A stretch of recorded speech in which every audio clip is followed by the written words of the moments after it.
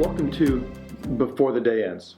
So we are now in the very end of what's really the core of the Gospel of Matthew. So we're in chapter 25, and 25 kind of ends this 5-cycle outline we've been talking about. So we had at the very beginning a narrative section and then a discourse section, repeated 5 times for the 5 books of the Torah. Well, we're in the last of that. Chapters 26 through 28 are really just about the Passion, the death, burial, resurrection of Jesus. So really this is the end of the teaching main core body of Matthew. And being that, we have the last of his teachings, the very kind of most important thing he's going to tell us at the very end of his life. What's that last message he has for us? What you'll find in 25 is an expansion of what we had in 24. Now back in chapter 24, there was a couple parables he ends with.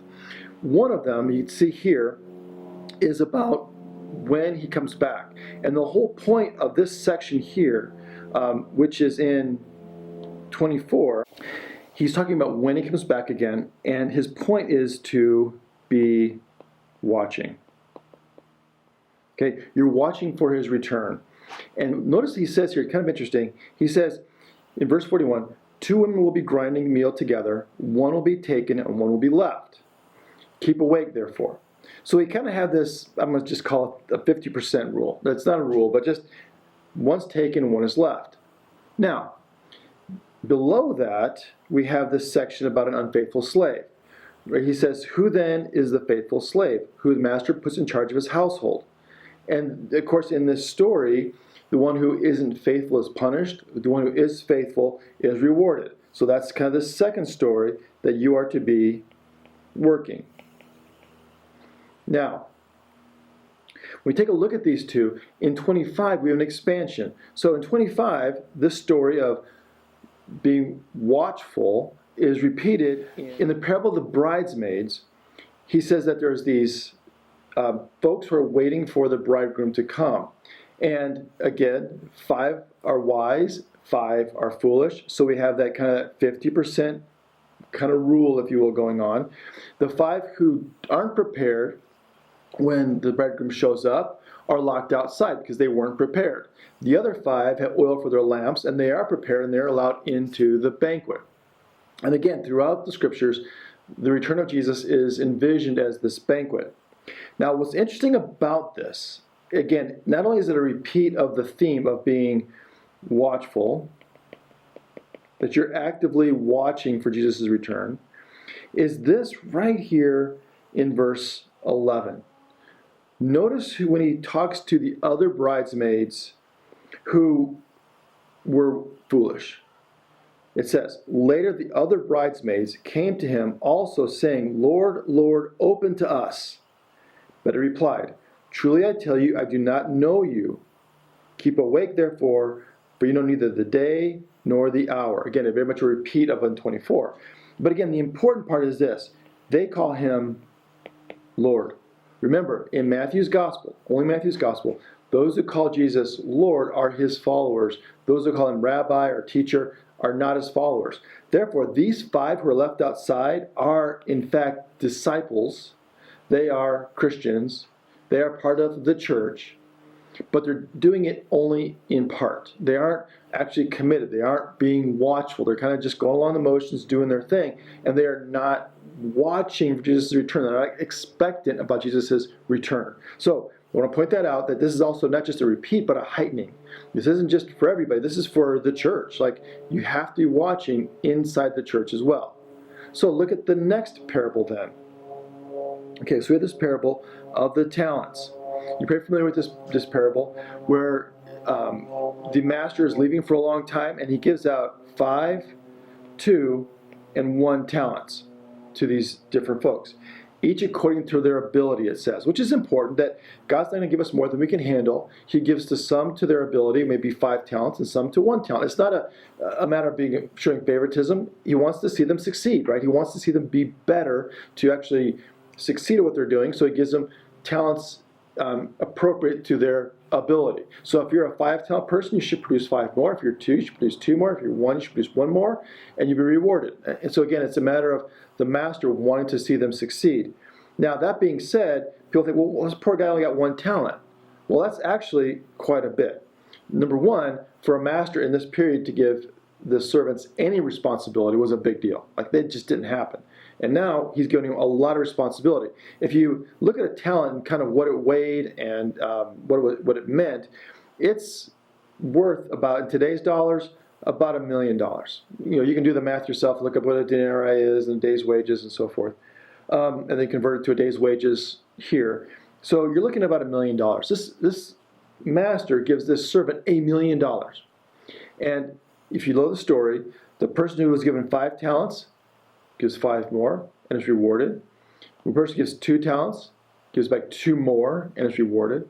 But the one who gives 1 talent, what does he do? He goes and buries it. And he comes back and he gives the master the million that he was given. And he's punished for it. And the question is why? Because in this period, in this day and age, to put money and bury it in the ground was considered prudent. And in fact, in Jewish law, if you go and bury money in the ground and leave it, and it is stolen, that's not your fault. That was just bad luck, if you will. So he's kind of doing the minimum. He's just giving back what was given to him. He said, I protected it, I took care of it, I gave it back. So look at the punishment. He said, we're about in 25, he said, here, the one who had received 1 talent, verse 24, also came forward saying, Master, I knew that you were a harsh man, reaping where you did not sow and gathering you did not scatter seed. So I was afraid, and I went and hid your talent in the ground. Number one, notice that he was afraid. Fear doesn't work in the kingdom of God, right? We are to be courageous. We've been given a spirit of courage and of power, not of fear. All right. He says, here, have what is yours. But his master said, you wicked and lazy slave, you knew, did you, that I reap where I did not sow and gather where I did not scatter? Then you ought to have invested my money with the bankers, and on my return I would have received what was my own with interest. So take the talent from him and give it to the one who has 5 to 10 talents.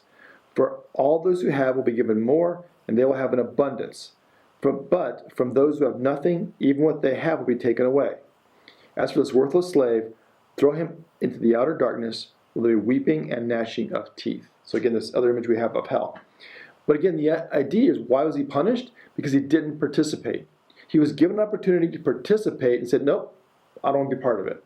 I don't want to make God present in my life. I want to kind of sit at the margins. I want to not be involved. When he was asked and invited to be involved. So again, it's this idea that we are to be working. You can't just sit on the sidelines and just do nothing. We are to be, in fact, working. And that being said, we're working for the sake of the kingdom. Like these servants are doing it for the sake of their master. We've been given so much grace by God. We are not required, but invited to be part of that. Now, if we say, well, I don't want to be part of that, I want the gift, but I don't want to be part of your kingdom, that's not going to work, because we're being wicked and lazy. He says, I'm inviting you to my household, into my kingdom, participate in it. And notice that the one who did the work for the 5 talents, his reward is not sitting on a beach sipping Mai Tais. His reward is to be given 5 more. So for me, looking at what is heaven like, I think it's this right here. It's those who are given responsibilities here, to be part of the kingdom here on earth, will have responsibilities to do more in the kingdom of heaven. We'll be working there as well.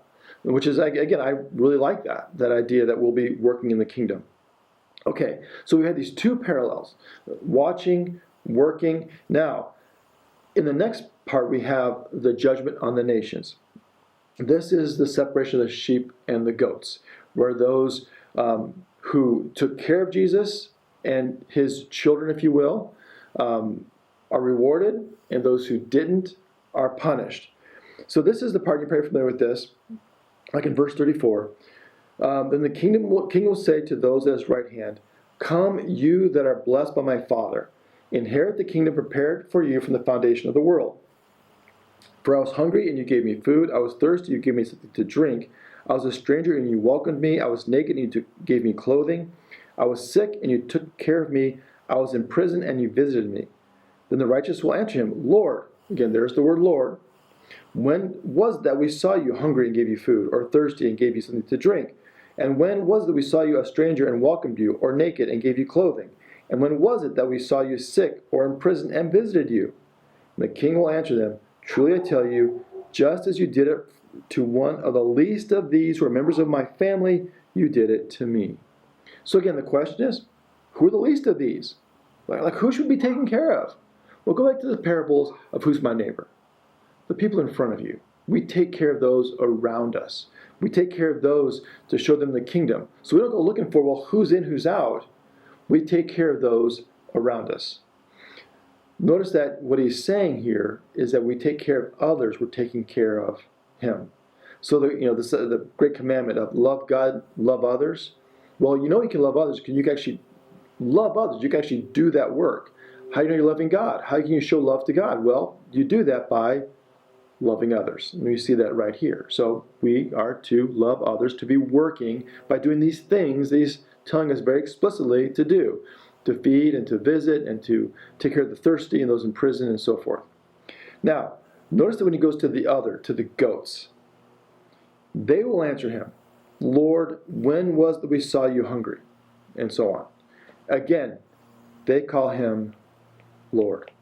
So like parables in chapter 10, we see once again that those inside the church, those inside the kingdom are also held accountable, that they are watching for his return and working while he's away. Okay, so he has gone away, and we are watching and working for his return. So again, summarizing this kind of big section of Matthew, Jesus has gone away. He has come, he has died, risen again, and gone away. And we, who are his servants, are waiting for the master to return. And while he is away, we are to be watching and working, expectant of the kingdom that we truly belong to. So who is it in our world around us today that we can be taken care of? Because when we do those things, we are taking care of Jesus. It's really just that simple. So we should be watching, we should be working before the day ends.